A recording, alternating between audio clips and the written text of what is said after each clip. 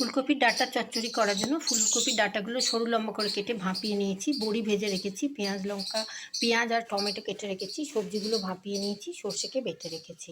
চলো রান্নাটা শুরু করি। এরপর গ্যাসের মধ্যে কড়াইতে তেল দিলাম, পাঁচফোড়ন দিলাম আর পেঁয়াজ লঙ্কাটা ভেজে নিচ্ছি। ভালো করে একটু ভেজে নেব। পেঁয়াজটা যখন একটু ভাজা ভাজা হয়ে গেছে তখন সেদ্ধ করে রাখা ভাপানো কপির ডাঁটাটা দিয়ে দিলাম। ডাঁটাটা নুন হলুদ দিয়ে ডাঁটাটা একটু ভাজা ভাজাচ্ছি। এরপর ভাপিয়ে রাখা কুমড়ো আলুটাও দিয়ে দিলাম।